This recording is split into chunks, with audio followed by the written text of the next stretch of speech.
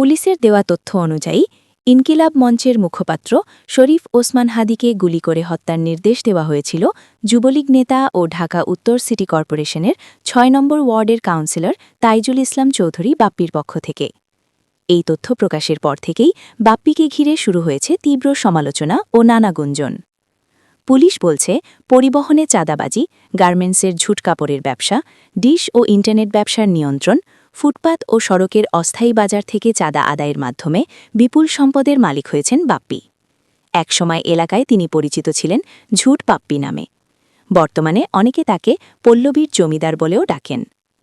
২০২০ সালের city corporation নির্বাচনের হলফনামা অনুযায়ী তখন মিল্ক পিটার রোডে ৭০০ বর্গফুটের একটি সেমিপাকা টিনশেড বাড়ির মালিক ছিলেন তিনি। বর্তমানে সেই জায়গায় ৩তলা ভবন চৌধুরী ভিলা। হলফনামা দেওয়ার সময় কোনো গাড়ির উল্লেখ না থাকলেও এখন তিনি একটি হ্যারিয়ার জিপসহ একাধিক গাড়ি ব্যবহার করেন বলে জানা যায়। ব্যবসার ক্ষেত্রেও বাপ্পির নাম উঠে এসেছে।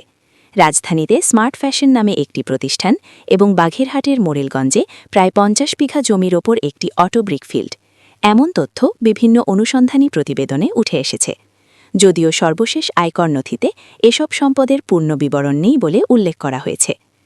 রাজনীতিতে তার উত্থানও দ্রুত। ২০১২ সালে ওয়ার্ড যুবলীগের সাধারণ সম্পাদক, পরে পল্লবী থানা যুবলীগের সভাপতি এবং বর্তমানে